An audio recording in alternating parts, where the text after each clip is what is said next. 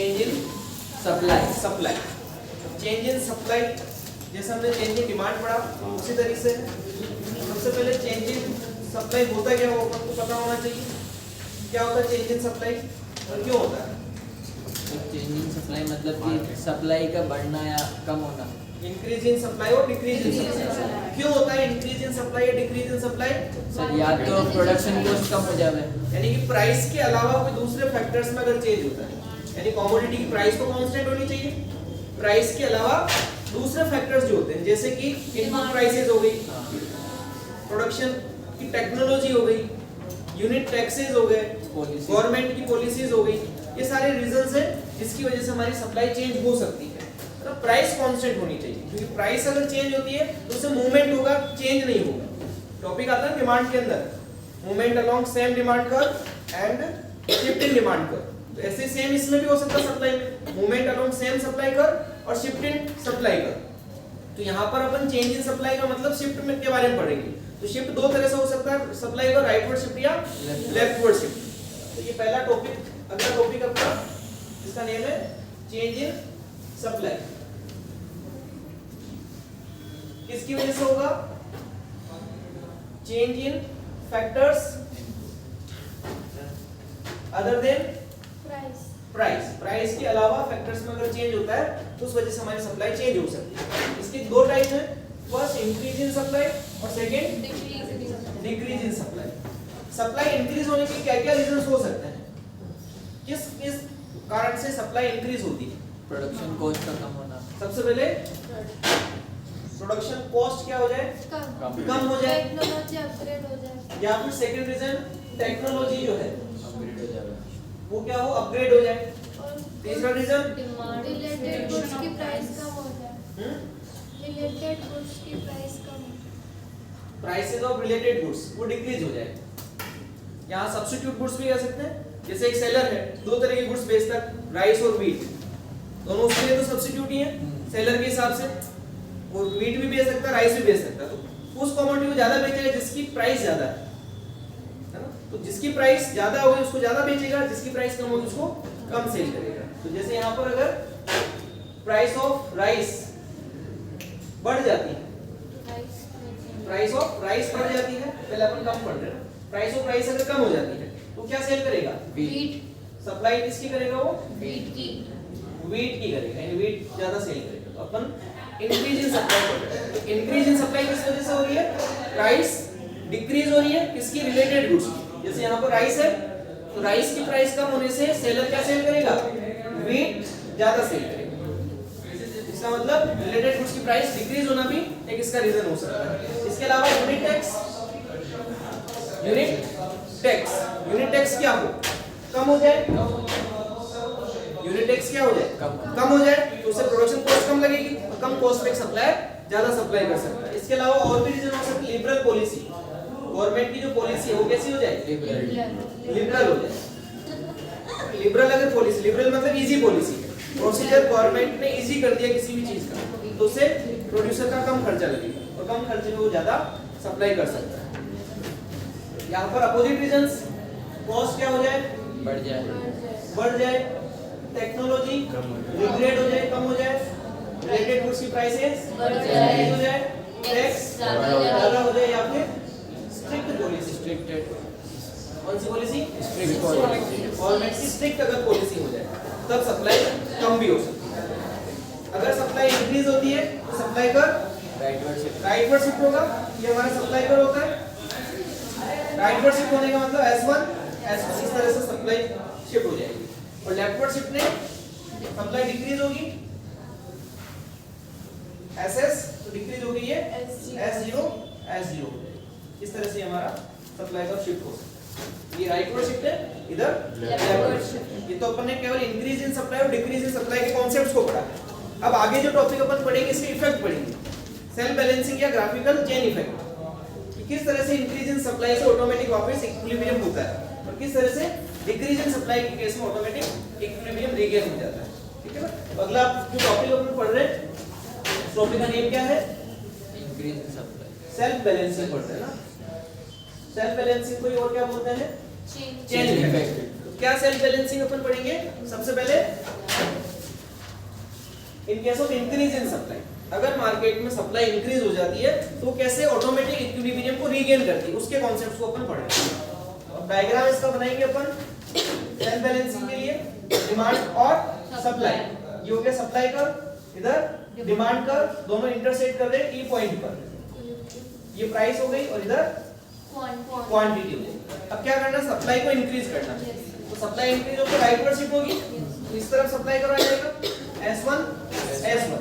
तो क्या हमने प्राइस को चेंज किया इसमें? नहीं किया, यानी इसी प्राइस के ऊपर सप्लाई आगे चली गई और Q2 हमारी सप्लाई हो गई। कितनी हो गई? Q2 सप्लाई हो गई। तो अपन जो एक्सप्लेनेशन लिखते हैं पहला पॉइंट, the original या basic demand and supply curve is DD and SS intersecting at point E, which is equilibrium point. P is equilibrium price, Q is Equilibrium quantity. ये पहला पॉइंट। दूसरे पॉइंट में when supply increases then supply curve shift to rightward S1 S1 but demand remain constant. It leads to excess supply. Supply ज्यादा हो गई अभी, क्योंकि supply को बढ़ाया, डिमांड को हमने चेंज नहीं किया, तो इससे क्या होगा? एक्सेस सप्लाई हो जाएगी। तो अगला पॉइंट हो गया एक्सेस सप्लाई तक। फिर अगले पॉइंट में एक्सेस सप्लाई से क्या होगा? किसी चीज की अगर सप्लाई ज्यादा हो जाती है तो प्राइसेस कम हो जाती है, कम होगी, है ना। मार्केट में कोई चीज ज्यादा अवेलेबल है, ज्यादा सप्लाई होगी, तो उसकी प्राइसेस क्या होगी? कम हो जाएगी, यानी कि एक्सेस सप्लाई से प्राइसेस डिक्रीज होगी। तो अगला point excess supply leads to decrease in prices. अब अगला पॉइंट डिक्रीज इन प्राइसेस से क्या होता है? क्वांटिटी डिमांड तो इंक्रीज होती है और क्वांटिटी सप्लाई डिक्रीज होती है। ये हो गया प्राइस का डिक्रीज होना। अब प्राइस डिक्रीज होने से क्वांटिटी डिमांड होगी इंक्रीज और क्वांटिटी सप्लाई डिक्रीज, और दोनों एक पॉइंट पर आके मिलेंगे। ये वाला पॉइंट हो जाएगा और इस पॉइंट पर प्राइस P0 हो जाएगी, नया पॉइंट E1 हो जाएगा और ये क्वांटिटी Q1 हो जाएगी। तो इस तरह से हमने एक नए पॉइंट पर इक्विलिब्रियम रीगेन कर लिया। जैसे अपन ने डिमांड में एक्सप्लेनेशन लिखे वैसे वैसे अपन को इस तरह एक्सप्लेनेशन लिखने होगा।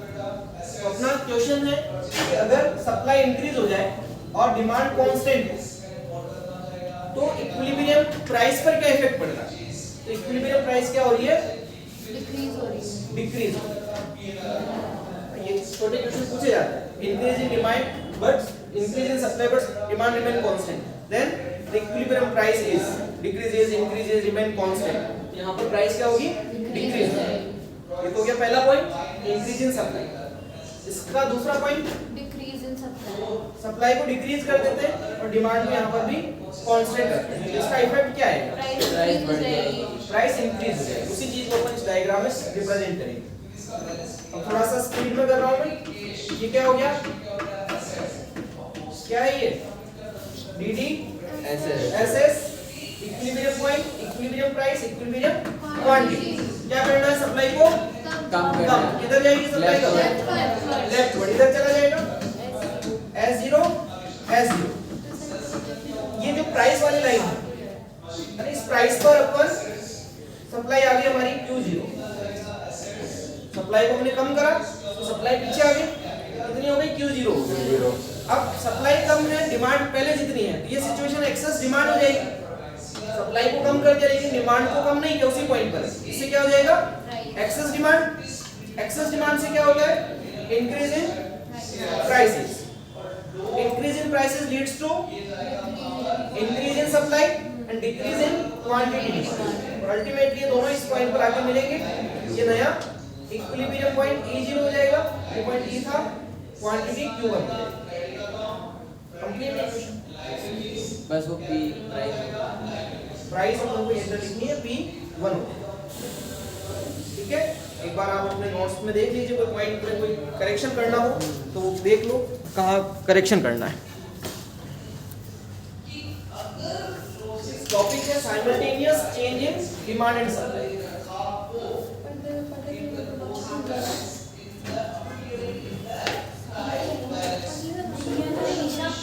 बात नहीं, simultaneous change in demand and supply. अब इसमें क्या क्या कंडीशन बन सकती है? इसमें जो कंडीशन बनेगी, पहली कंडीशन नोट्स में क्या दे रखी है? Rightward shift of both. ऐसा लिख सकते हैं। राइटवर्ड शिफ्ट का मतलब दोनों इंक्रीज हो, साथ में इंक्रीज होनी चाहिए, या फिर दोनों डिक्रीज हो जाए, ऐसा हो सकता है। तीसरी कंडीशन डिमांड इंक्रीज हो सप्लाई डिक्रीज हो, ऐसा भी हो सकता है। और चौथी कंडीशन डिमांड डिक्रीज और सप्लाई इंक्रीज। ऐसा हो सकता है। ये चारों कंडीशन अपन को पढ़नी है। साथ साथ चेंज आएगा, जब साथ में चेंज आएंगे तो दोनों चीजें साथ में शिफ्ट होगी, ये ध्यान रखना। अब पहला पॉइंट अपन क्या पढ़ रहे हैं, डिमांड भी इंक्रीज हो रही है और सप्लाई भी इंक्रीज हो रही है। तो क्वेश्चन पूछा जाएगा प्राइस पे क्या इफेक्ट पड़ेगा, प्राइस पे क्या इफेक्ट पड़ेगा। तो इस कंडीशन में प्राइस कांस्टेंट होगी, क्या होगी, कांस्टेंट होगी। कैसे होगी, डायग्राम से समझते हैं अपन। पहला case, demand and supply both are increasing, then what effect on equilibrium price. तो पहला पॉइंट अपन समझ रहे हैं किधर है। सबसे पहले बेसिक डिमांड और सप्लाई को बनाने हैं, SS DD, equilibrium point, equilibrium price और इक्विलिब्रियम क्वांटिटी। क्या करना, दोनों को इंक्रीज करना, दोनों को इंक्रीज करना। तो इधर अपन ने इंक्रीज कर दिया D1 D1, इधर अपन सप्लाई को भी इंक्रीज करेंगे, सप्लाई इधर इंक्रीज हो जाएगी S1 S1। तो नया इक्विलिब्रियम पॉइंट क्या है, कि नया डिमांड कर रही है, नया सप्लाई कर, ये दोनों इस पॉइंट पे इंटरसेक्ट कर रहे हैं। Yes sir. यही पॉइंट है, तो इसका नाम होगा E1। लेकिन प्राइस इस पे क्या आएगी, कांस्टेंट आएगी। थोड़ा सा मेरे ऊपर जा रहा है, आप पैरेलल शिफ्ट करना, इक्वल बन जाएगा। यस तो क्वांटिटी Q1 हो जाएगी। तो प्राइस इसमें क्या रहेगी, कांस्टेंट कांस्टेंट रहेगी, लेकिन क्वांटिटी क्या हो जाएगी, इंक्रीज हो जाएगी, है ना। तो प्राइस कांस्टेंट, क्वांटिटी इंक्रीज, ये डायग्राम रहेगा इसका।